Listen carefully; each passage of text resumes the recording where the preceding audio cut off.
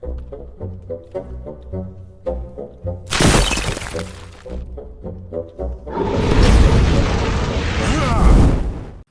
everybody, it's Riffraff Hornhelm here again with another presentation from the Dwarven Vault. And today we have a monster review. And the monster review we have today is going to be brought to us by one of our visiting relatives, Siegfried von Hornhelm, who happens to be in town. So I'm going to pass you over to him. Enjoy the wonderful presentation that he has for you, if you can understand it. And we'll talk to you afterwards. Take it away. Guten Tag, everyone. It is me, Siegfried von Hornhelm, and I am back again. I happen to be visiting, and my good cousin, the Riffraff, he says, come, dude, you could do this. So, the rat crab. Now, this took me a minute to figure out because when you look at it on paper, I thought maybe they were talking about a red worm. This made no sense to me, but now I understand. Rat, as in rotten flesh. I get it now. And the rat crab is a simple creature. It does not do very much damage, but if it gets you, it can do horrible things to you. So you must watch for them. They are usually found in the big pile of poop, in Scheiße, and then you can also find them in like a graveyard or where there is much dead flesh, because they will hide amongst the dead flesh and feast upon that flesh. They are very yucky creatures. But if you catch them, and you don't let them eat you, and you put them in some apple cider vinegar and let it sit for a while, it makes a wonderful braten. Oh, I'm sorry, we are getting off the subject here.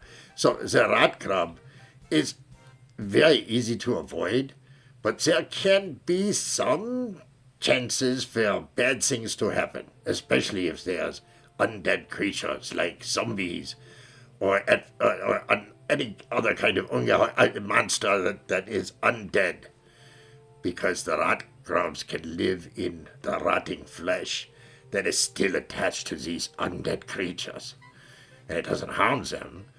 And when they come upon you, if they get close enough or you touch them or they touch you, then the rat crab can also attack. Very nasty. Must be very careful. And this is why we teach our young dwarf children that they must be very careful of these things.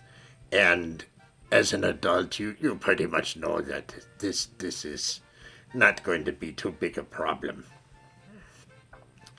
So when we speak to the people who are dungeon masters and we say, when you use a rat crab, do you use it very often? No, they say it is too simple. It is a good trap. And you must remember, you must be you must be careful around rat crabs. But they are not going to be very common. And usually you can get them off. You can use the fire. Fire works very well for that. Yes, I know it hurts you too, but don't be stupid and get eaten by a rat crab. And you can also use regular weapons and so forth to get them off. Now, when you speak to players say, oh, this is not a big deal at all. It's only when some very nasty dungeon master puts them in a trap that we have to worry. So we don't think they're very dangerous by themselves. They're easy to avoid. And because they do not like fire, it's easy to make them go away. So the overall ranking for these creatures is very low, 0 to 1. Is pretty much the way they are looked at by both sides. But under the right circumstances, which can be wrong for you as a player, they can be quite nasty. Fall into a pit of them, or they are inside of a treasure chest and can attack you when you go to seek the treasure. So be careful. Have lots of fun. Remember to be safe out there. And we'll see you all very soon. Wiedersehen.